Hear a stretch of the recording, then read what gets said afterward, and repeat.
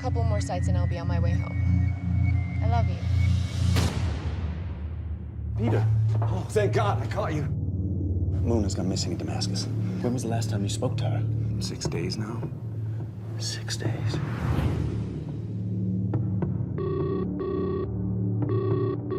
Could you direct me to the embassy, please? I'd like to leave a message. Mr. Adib Abdul Karim is back in Damascus. My daughter has gone missing here. Well, thank you so much. Appreciate it. It's my pleasure. So the premiere is tonight. Yep. Have you seen it yet? Or is it, Yep, will this I be saw the it first day time? before yesterday, but you don't see it. You're watching in front of yourself. it, and it's exactly. Yeah. You're just seeing tons of photographs of yourself one after another. And if you see one, I don't like seeing one photograph of myself. So, well, let's start with Ruba. How did the two of you create Adib?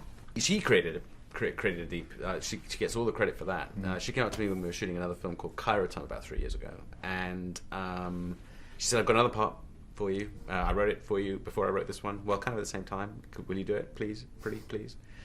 And I was like, "Sure." Had you looked at the script, or you just said sure because I it would was have her? said sure because it's her. Because there's a point that someone is going to be reliable, that you would like to see the world through her prism again, the way she sees the world. And she is such an extraordinary character, such a kind of weird person, a person who's really wise and really young and really old and really confusing, and where are you, how you see it. And this is what her movies seem to be like to me. That I was like, yeah, sure. And you know what? It's an action picture. Or a kind of action thriller. I don't know how you describe it, but certainly formula. How are you going to do, a new take on an old song? I'm curious to see how you do a cover. Hope so. I hope so. Who is Adib for people who don't know? He's a father. He's a man, an ordinary man, actually, really ordinary. He's a computer analyst in a bank. He does stuff that everybody else does, tries to make a buck, tries to get by, tries to put his kids through school.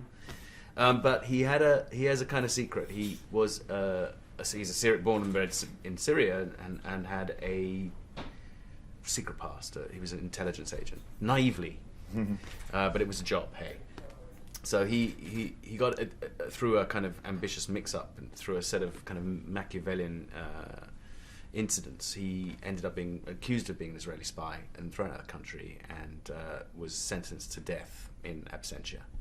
So that he hid from his children. And that he hid from his wife, at least as far as we know. And so his kids, being curious kids, as often curious kids are,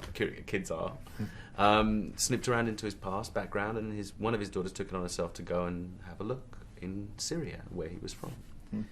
And the trouble begins. What was it like shooting? I wonder, because Cairo Time was, I heard, very guerrilla style, very handheld. Yeah. Kind of shooting when you could without getting arrested and these things. Yeah. This must have been a little different. Yeah, it was. This was difficult and different in the way that it was very physical, and because there was not really very much money, and there was certainly not many people in South Africa who looked like me.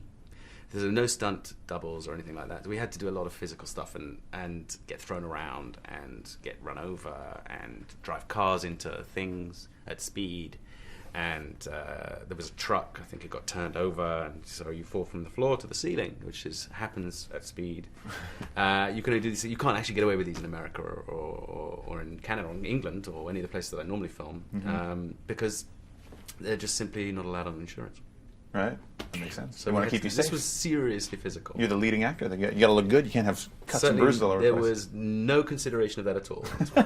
It's amazing. Well, I can't wait for everyone to see this movie. It's fantastic, and you're awesome in it. And thank you so much. Thank you. Appreciate it. Thanks.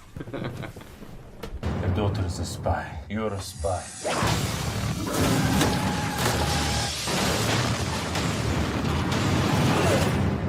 I'm not the same man you chased away all those years ago.